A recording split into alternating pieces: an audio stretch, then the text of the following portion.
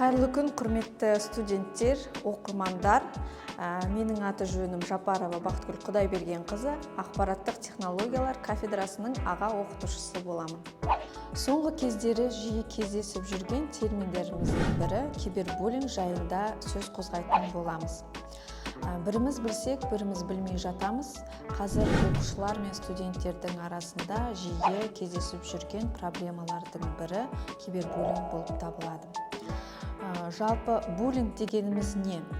Буллинг дегеніміз бір немесе бірнеше адамның басқа адамға тіл тигізіп, қорлық көрсетіп, ізіне түсіп, немесе көп уақыт бойы ұрып соғуын буллинг деп атаймыз.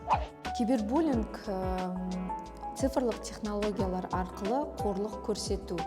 Ол әлеуметтік медиа, өзіміздің күнделікті қолданылып жүрген мессенджерлерде, ойын платформаларда орын алуы мүмкін.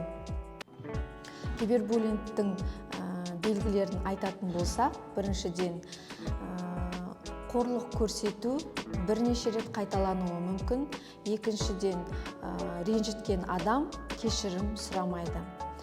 Сол себепті, құрметті студенттер, мектеп оқушылары, егер өміріңізде, ортаңызда осындай жағдайлар қайталанып жатса, кезігіп жатса, міндетті түрде ата-анаңызға, ұстаздарыңызға хабарласуларыңызды өтінеміз.